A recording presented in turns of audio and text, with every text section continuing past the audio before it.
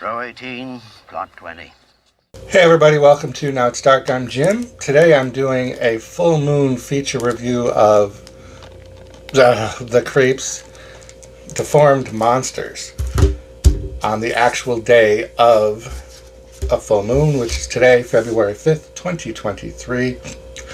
I'm doing this series of full moon reviews for this year in tribute, in honor of my brother who passed away from liver failure due to alcoholism. So I'm kind of trying to bring a little bit of an awareness of that issue, alcoholism, and also just I have fond memories of my brother enjoying the full moon movies, particularly the Puppet Master series. So here is a picture of my brother. Each week I'm going to show a different picture. This is him. He was also a big Scooby-Doo fan and often would dress in a big Scooby-Doo Halloween costume, very similarly to Joe Bob Briggs. So The Creeps, also known as Deformed Monsters, is a 1997 full moon feature. It's an hour and 15 minutes. It only has a 4.3 star rating on IMDb, but that's kind of par for the course for these types of movies. This is, I guess, a horror comedy, so to speak. It is also available for free on Tubi if you've never seen this. This is a fun movie because it also pays homage to the classic Universal monsters, the Deformed monsters. And it's a fun story that almost, if there weren't the two scenes of full breastage, full frontal boobage, which, you know, is highly appreciated by the Now It's Dark channel, this could almost be like okay for children to get like an introduction into horror movies. So we have I'm going to call him a mad scientist, because I don't know that I wrote his name down. Let's see. Mad Scientist. Yeah. So this is stars Rhonda Griffin as Anna Quarles, Justin Lauer as David Raleigh. These are the two main characters. Winston Berber plays the mad scientist. And then we have the Wolfman, played by John Simonton. Joe Smith plays the mummy. Frankenstein's monster was played by Thomas Wellington. And Phil Fonderacora plays Dracula. And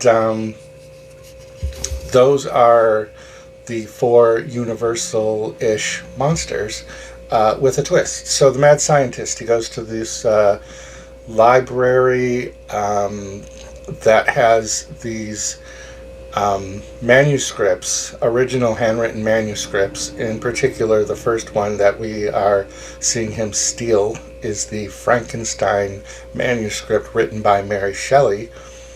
And he is in the process of collecting all of the classic monsters handwritten manuscripts so that he can use his scientific lab, his evil scientist lair, to bring to life from the pages of these fiction handwritten novels The Wolfman, Mummy, Frankenstein's Monster, and Dracula.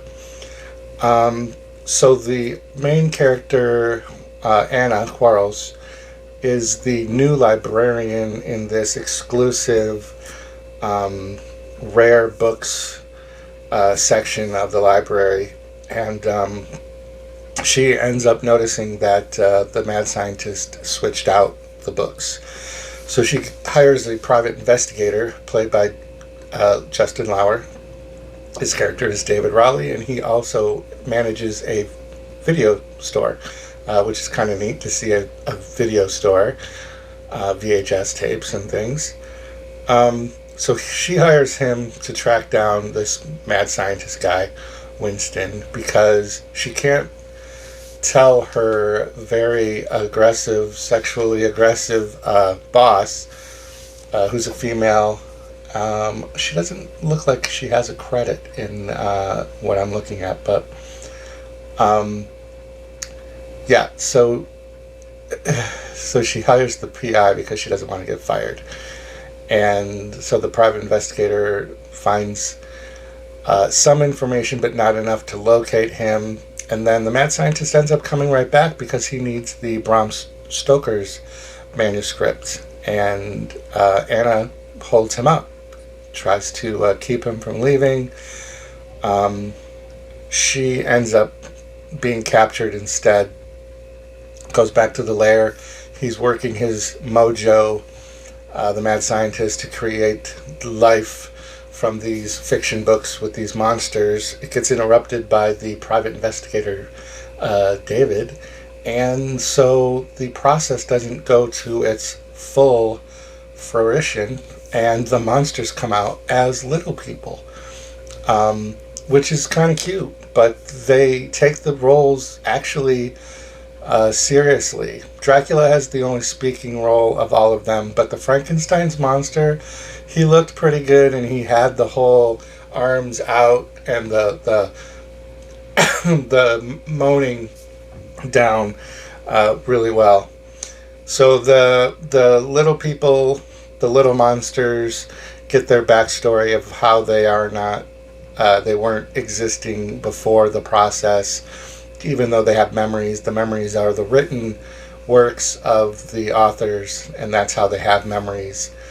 The Dracula is very eager to have the process redone so they can be full size, but because David, the private investigator, saved Anna, they left, so they have to recapture Anna because she is now a part of the equation for how the process is going to work to bring them to full size.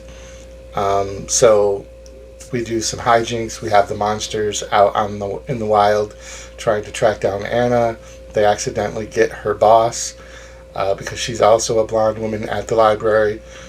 So the boss goes through the process at Dracula's insistence, even though the mad scientist says it's not going to work. We need the original, and so it doesn't work. They do end up getting Anna and David back to the secret lair, the place, and I guess I'll not spoil the ending, but it has a I don't know, touching ending, where they are not successfully brought to full size, but they also, Dracula kind of concludes that maybe they are better off. I guess I am spoiling it, whatever. That they are better off left in their novels, their manuscripts, because then they can live forever, as opposed to if they had stayed in the real world, that they would be subject to potential actual death. And so, since the process didn't work for the second time, they kind of conclude that through Anna's little, heartfelt speech about how we need them to be in the pages of the fiction book. So that's the Deformed Monsters, aka the Creeps, from Full Moon Features. I think I may have failed to mention that this was directed by Charles Band, which most of these movies are, and it was written by Neil Marshall Stevens. So if you have not seen The Creeps, please give it a check. Full Moon Features. You can find it on Tubi. Tubi just about has everything if you ever need to watch a horror movie.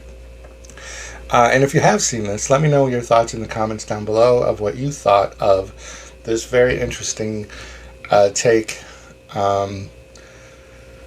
about the undersized undead and the angry deformed monsters. So have your dream. Go on and sing your song. There's nothing wrong with singing out of tune. If people laugh and say your dream can never be, just think of